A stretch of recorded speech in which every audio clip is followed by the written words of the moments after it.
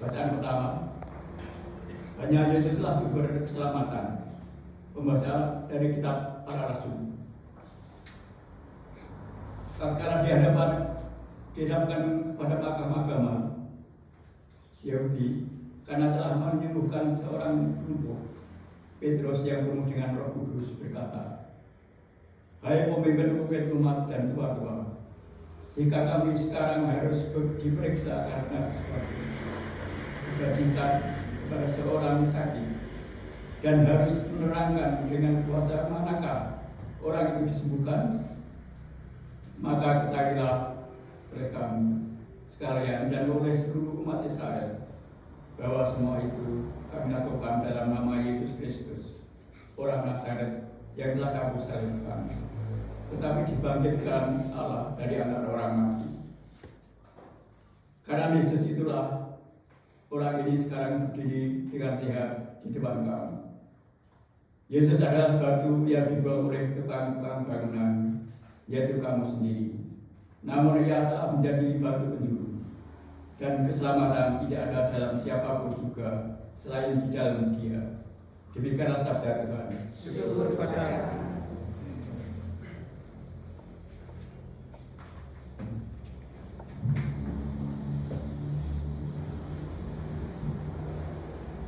batu yang dibuang oleh tukang-tukang bangunan telah menjadi batu penjuru. Batu yang dibuang oleh tukang-tukang bangunan. Kita melihat Yesus dalam keadaannya yang sebenarnya. Pembacaan dari surat pertama Rasul Yohanes. Saudara-saudaraku terkasih, lihatlah betapa besar kasih yang dikaruniakan Bapa kepada kita, sehingga kita disebut anak-anak Allah. Dan memang kita anak-anak Allah. Karena itu dunia kita mengenal kita, sebab dunia tidak mengenal Allah. Saudara-saudaraku terkasih, sekarang kita adalah anak-anak Allah, tetapi belum nyata bagaimana keadaan kita kelak. Akan tetapi kita tahu bahwa apabila Kristus menyatakan dirinya, kita akan menjadi sama seperti Dia, sebab kita akan melihat Dia dalam keadaannya yang sebenarnya. Demikianlah sabda Tuhan. syukur pada Allah.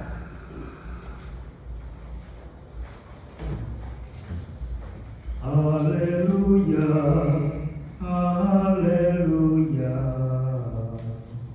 haleluya, Haleluya, haleluya,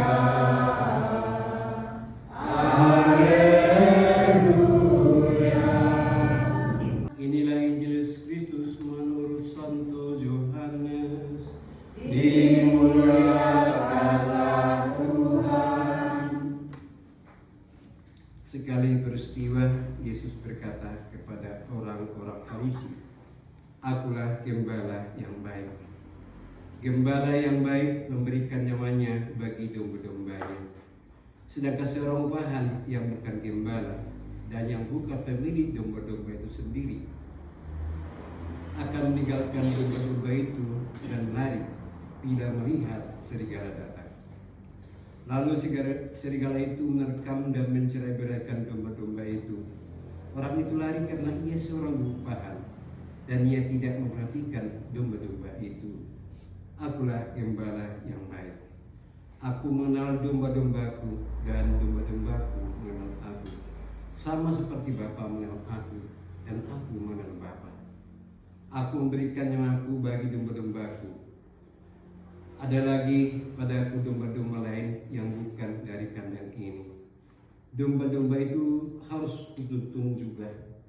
Mereka akan mendengarkan suaraku dan mereka akan menjadi satu kawanan dengan satu gembala. Bapa mengasihi aku oleh karena aku memberikan nyawaku untuk memperolehnya kembali. Tidak seorang pun dapat mengambilnya dariku, melainkan aku memberikannya menurut kehendak sendiri. Aku berkuasa memberikannya dan berkuasa mengambilnya kembali. Inilah tugas yang kuterima dari Bapakku. Demikianlah Injil Tuhan.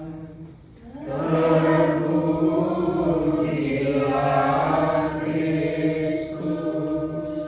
Kepada kaum beriman, semoga mereka rela mengorbankan waktu dan tenaga, bahkan nyawa demi keselamatan dan kebahagiaan seluruh umat. Marilah kita mohon. Bagi para pemimpin bangsa-bangsa, semoga mereka rela berkorban dan giat bekerja sama untuk mengupayakan perdamaian dunia dan kesejahteraan seluruh bangsa umat manusia. Marilah kita mohon.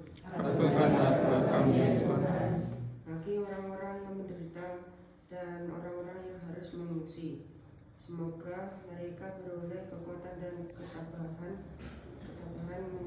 berkat perhatian dan kepedulian sesamanya. Marilah kita mohon. Bagi anggota jemaat yang sakit dan tidak dapat berhimpun bersama seluruh kawanan, semoga lewat para gembala umat mereka mendapatkan penghiburan, peneguhan, bahkan kesembuhan. Marilah kita mohon.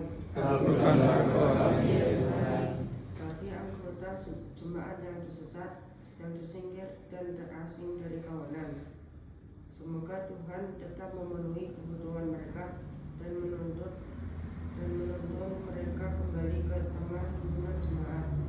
Marilah kita mohon. Bagi kita yang hari ini berjumpa dengan Sang Gembala yang baik, semoga kita semakin